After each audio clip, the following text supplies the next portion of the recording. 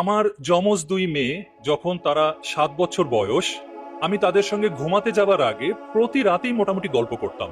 একদিন আমার গল্প করতে ইচ্ছা করলো না, বরং আমার ইচ্ছা করলো ওদেরকে একটা কঠিন প্রশ্ন করব।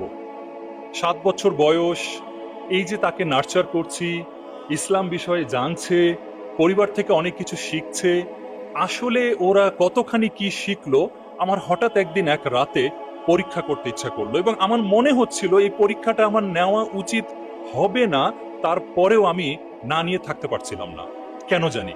ঘটনাটা এমন, আমি আমার দুই মেয়ে, আবারও বলি, মনে মনে কল্পনা করবেন কিন্তু 7 বছর বয়সের দুজন শিশু, যথেষ্ট ছোট। তা আমি ওদেরকে জিজ্ঞেস করলাম, আচ্ছা আম্মু, ধরে নাও তোমরা অনেক বড় হয়ে গেছো এবং তোমরা রাষ্ট্রের গুরুত্বপূর্ণ দায়িত্ব পেয়ে গেছো। তো ওরা দুজন হাসে।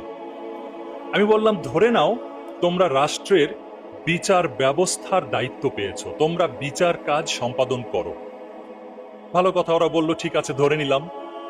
তারপরে বললাম, একটা খবর বের হলো যে রাষ্ট্র থেকে, রাষ্ট্রের কোষাগার থেকে রাষ্ট্রের প্রচুর হাজার হাজার কোটি কোটি টাকা চুরি হয়েছে, লুটপাট হয়েছে, এবং এটা নিয়ে তো অনেক খোঁজ খবর চলছে। একটা পর্যায়ে চোর ধরা পড়ল এবং প্রমাণ হয়ে গেল সেই ব্যক্তিটাই চোর। তো ওরা হাসছে, ওদের কাছে খুব ইন্টারেস্টিং লাগছে ঘটনাটা। তা আমি বললাম, আম্মু, প্রমাণ হয়ে গেল যেই চোর ধরা পড়েছে সেই চোর আমি, তোমার আব্বু। তো ওরা তখন হেসে দিল, বলে, আব্বু তুমি তো চুরি করবা না।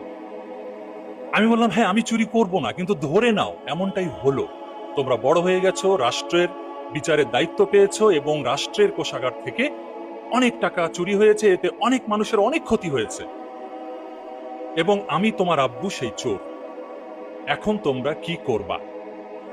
বিশ্বাস করেন, ওদের চোখ ভিজে গেল। আমি দেখলাম দুজনার চোখ ভিজে গেল। 3 থেকে 5 সেকেন্ডের মধ্যে জবাব দিল, আব্বু তোমার হাত কেটে দেব। আমার গায়ের লোম খাড়া হয়ে গিয়েছিল। আমি ভেবেছিলাম ওরা অন্য কিছু বলবে। 3 থেকে 5 সেকেন্ডের মধ্যে ওদের চোখ দিয়ে পানি পড়ছে আর বলছে, আব্বু তোমার হাত কেটে দেব। আমি খুশিতে আলহামদুলিল্লাহ বললাম, এবং আমি বলেই ফেলছিলাম যে, আম্মু, আমি বিশ্বাস করতে পারছিলাম না যে তোমরা এত দ্রুত এই জবাবটা দেবে। একটু পরে একটা টুইস্ট ঘটল এবং এখানে শিশু সুলভ একটা আচরণ প্রকাশ পেল, এবং এভাবে আমিও কোনোদিন চিন্তা করি নাই। আমরাও কিশোর বয়স থেকে শুনেছি চোরের হাত কাটা, চোরের হাত কাটা, এটা শুনে এসেছি, কিন্তু কোনোদিন